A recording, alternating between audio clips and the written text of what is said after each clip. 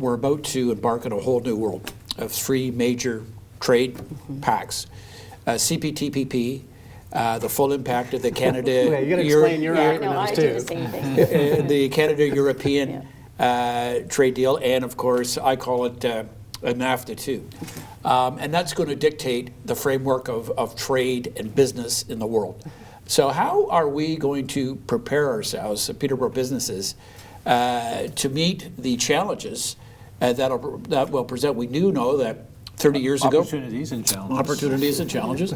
We do know that 30 years ago when the Canada-US free trade, the impact that had on manufacturing right here in Peterborough, but certainly right across Canada, and the ability to look at opportunities and challenges. So how are we going to position ourselves in an ever-changing world?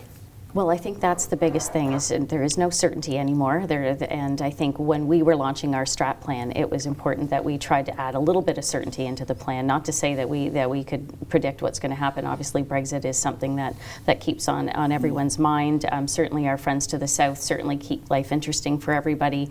We're never really sure. So we're trying to understand the ability for the companies and what types of markets that they are trying to get to. And I think this is really where we rely on our colleagues at the province to help us and make sure that our strategic plans are in alignment with the province strategic plans, so that when we identify those companies to say this is a market that they could go into, that we are letting our provincial counterparts know, and taking that information with them.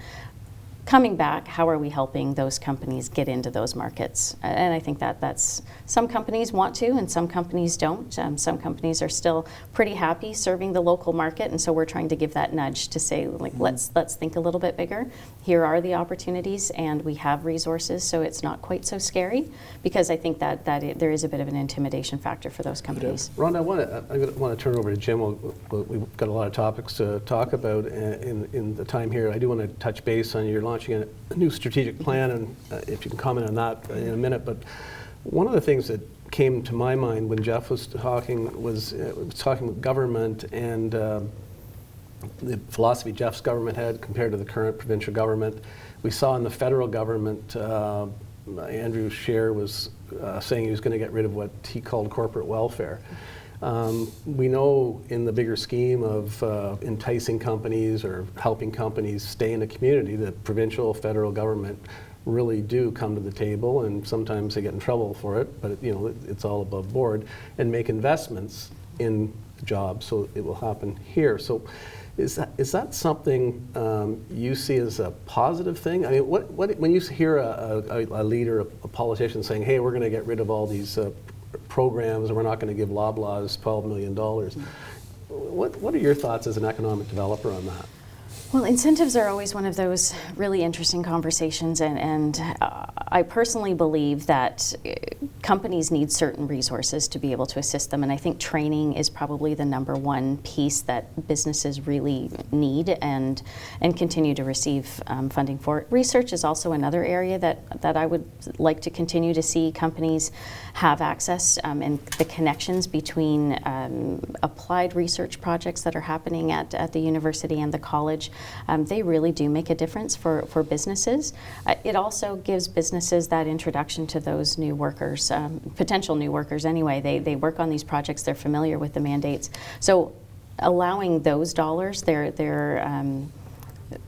allowing for researchers and students to be able to get job ready and make a difference for the company and give them opportunities to grow the company. So those are incentives that I would hope will still remain. I don't think we will ever compete with those US-based incentive programs, and I don't think we would want to. I've never really been a fan of buying those types of jobs, and I think one of the positions that I would take is it's important for the company to have the right fit, and not every community is well received for certain types of businesses, and so I think it's important, and through our strategic plan, we're really trying to target those companies that make sense to be here, that they have the right assets, they have the right connections to the university, they have the right connections to Fleming College and our workforce, and they need to be here because it's the best place for them to operate in, and then we can balance some of those incentive programs at the provincial level and federal program to get them the training that those businesses might need. And for a new employer to come here, there's one thing that's really important they might need, and I think Jim has a question about that. I bet. I'm not sure exactly what you're referring to there, but Sure, he's talking about land, but yeah. I will It was ask about what I land, think is, we've had, Clean Tech Commons, it's on hold at the moment, needs servicing, the GE site's on hold. The Cavan, whether they actually ever do that, land swap, whatever you want to call it. Mayor Therrien, last spring, I think, sort of hinted that the Cavan thing's not going so well. We could do another industrial park, and it would presumably have to be south of Neil Drive, where there's an existing industrial park. Have you heard anything more about that? Is that a serious thing anyone's looking at, to just go ahead and get some land available? Well, that's a loaded question. So I'll stay away from the political decisions because that is what the councils will do. But I think it is important to recognize that within the city of Peterborough itself, we are constrained by land.